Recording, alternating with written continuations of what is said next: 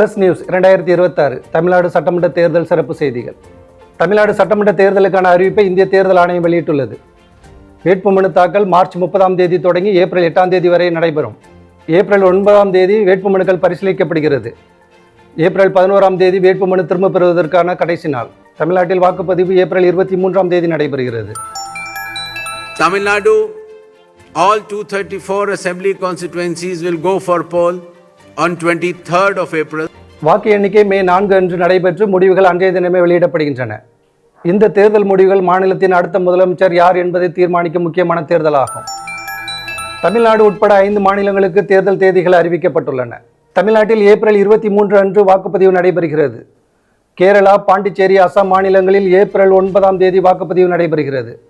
மேற்கு வங்காளத்தில் ஏப்ரல் 23 மற்றும் 29 தேதிகளில் 2 கட்டங்களாக தேர்தல் நடைபெறுகிறது. 5 மாநில சட்டமன்ற தேர்தல் முடிவுகளும் மே 4 அன்று வெளியிடப்படுகின்றன. தேர்தல் ஆணைய தரவுகளின்படி தமிழ்நாட்டில் 5,67,00,000 வாக்காளர்கள் உள்ளனர். இதில் 2,90,00,000 பெண்கள், 2,77,00,000 ஆண்கள் மற்றும் 7,617 மூன்றாம் பாலினத்தவர்கள் அடங்குவர். முதல் முறையாக வாக்களிக்க உள்ளவர்கள் 12,51,000 பேர். 85 வயதிற்கு மேற்பட்ட மூத்த குடிமக்கள் சுமார் 4 லட்சம் பேர் உள்ளனர். மாநிலத்தின் 234 தொகுதிகளுக்கான சட்டமன்ற உறுப்பினர்களை தேர்வு செய்யும் பொறுப்பு வாக்காளர்களுக்கு உள்ளது. வெற்றி பெறும் உறுப்பினர்கள் முதலமைச்சரை தேர்வு செய்வார்கள் என்பதால் வாக்களிப்பது ஒவ்வொருவரின் ஜனநாயக கடமையாகும். அனைவரும் நேர்மையாக வாக்களித்து ஜனநாயகத்தை வலுப்படுத்துவோம்.